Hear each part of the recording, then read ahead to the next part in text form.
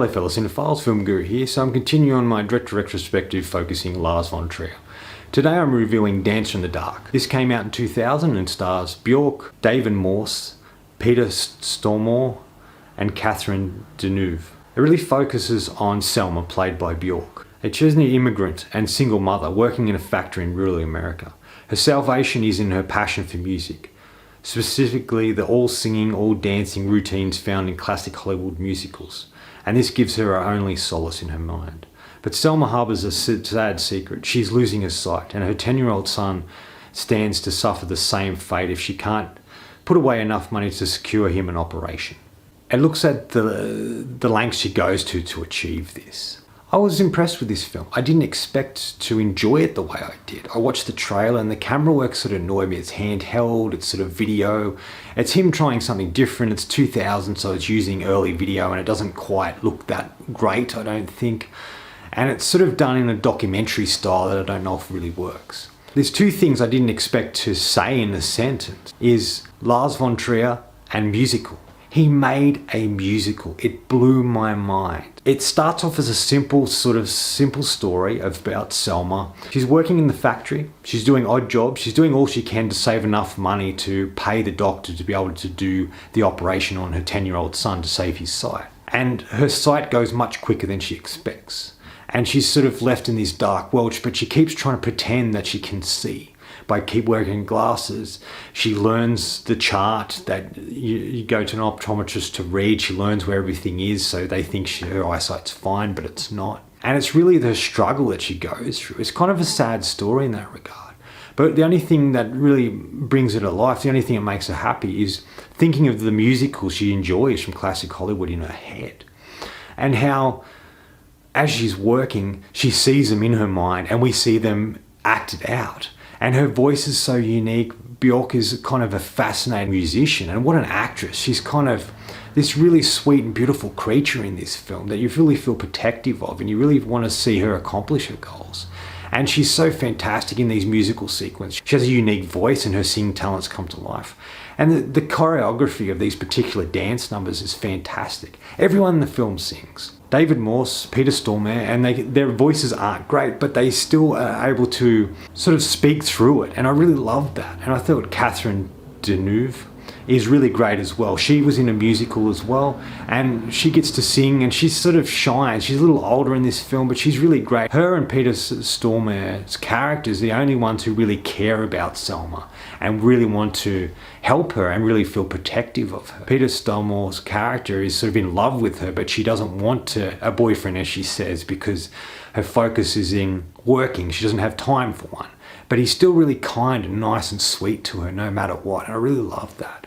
And Catherine Deneuve's character is really her co-worker, but she's sort of this character that's taken Selma under her wing and tries to help and protect her and help steer her in the right direction when she goes off the rails a little bit. But it's the dance sequences and the singing that really make this film. There's about 5 or 6 sequences throughout it. There's one on a train, there's one in a prison, there's a variety of them. There's one after a particular incident that happens, and the way that's done is brilliant. I just think it's fantastic. It really feels like each one of these could have been a music video, and that's what he feels like to me. He's a music video director in many ways, and I like that. But yeah, the sequences in this just blew my mind. I couldn't believe he made a musical. The man that's about shock and awe and picks unique and interesting concepts and ideas and does them in the way that shocks and surprises audiences. Did this sort of small, intimate musical with a musician that had never really acted before, and what a film he's able to craft here. It isn't perfect. The camera work, like I said, annoys me a little bit. There's a lot of close-ups on faces, and it gets a bit claustrophobic in that regard. But it does work for what he's going for. He is trying to push limits. He's trying to do something different. Each one of his films, he tries to make them in a different way and add something new to it. And this definitely has that.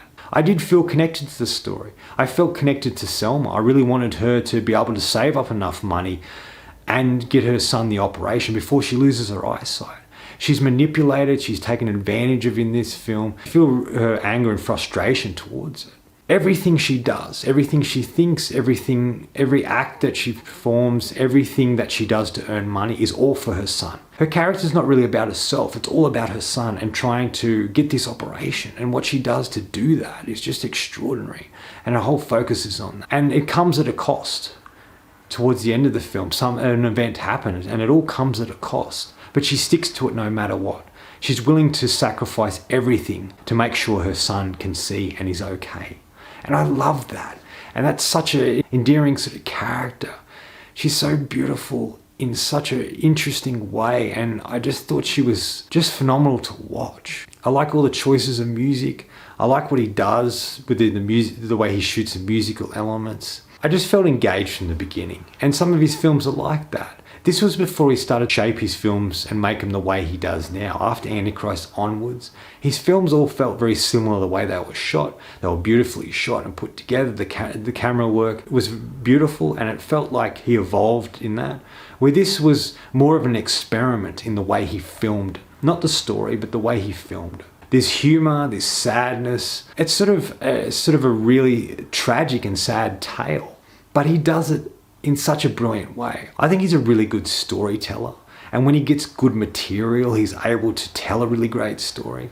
But as his films go on, I find in a lot of them, there's always this moment, this one scene that's shocking, that's pushing things too far, that's over the top, that really forces people to he really wants audiences to turn away. And I really think he wants to go for that shock value. That's something that the audience of his particular movies like, I guess, but I just feel it didn't need that. And this film did have a couple of those, but it wasn't as full on as he would do later in his films. I just thought it was a beautiful film. He's a director who's really trying something different. He's really making the films he wants to make, and he's really looking at how he can tell a story in a different way. I think the highlight of this whole film are all the musical sequences. Every time one came on, I felt happy. There's this really great one in a courtroom where she gets up with another actor and they tap dance on the table and everybody sings and dances and moves. And it's all how she sees it in her head. And I really loved that. There's one in the factory, it's really great. There's one in a prison that works really well and small. And there's one after an event that happens where she lives that's just really well done. It's so fascinating to watch and sort of breathtaking in many ways. And like I said, my mind is blown. This is not what I expected from this film, but I'm glad I've got it. I'm glad I got to see a Lars Von Trier musical. Amazing. If you're a fan of his newer films, you need to go back and watch this film. It's quite extraordinary what he's able to accomplish with this. And it just is just fantastic to watch. And it's such a brilliant, brilliant movie. He's a director who continually surprises me. There's films I'm hesitant to watch, but once I watch them, I really like them. There's just something about him as a filmmaker that's refreshing, unique, and original.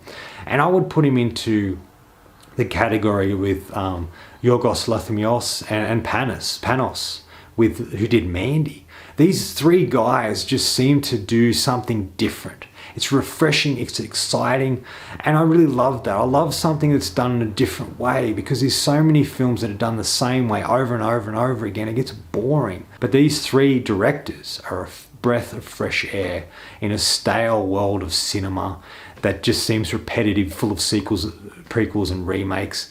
It's just good to see that there's still people trying to do something original. Final thoughts. I think this film is really about the lengths that a parent will go for their child. That they will sacrifice so much to make sure that their child is okay.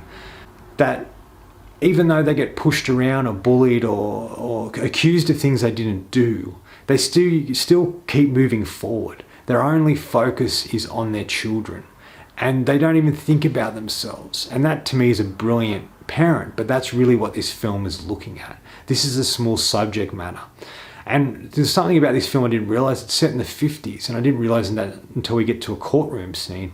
Just the way everyone's dressed, the cars, all of that, I just didn't take any notice. Lars Von Trier's ability to immerse you in a story that you don't even notice a lot of the finer details. I think it's one of his best films. It's my third favourite in his catalogue of films so far. I've still got a few to watch of his, but it's definitely up there. Anyway, that's all for me today. Thanks for watching. I hope you're enjoying these Director Retrospective videos on Lars Von Trier.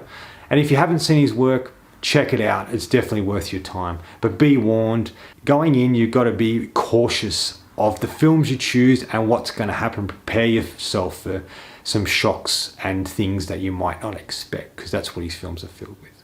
Anyway, until next time, enjoy the movies.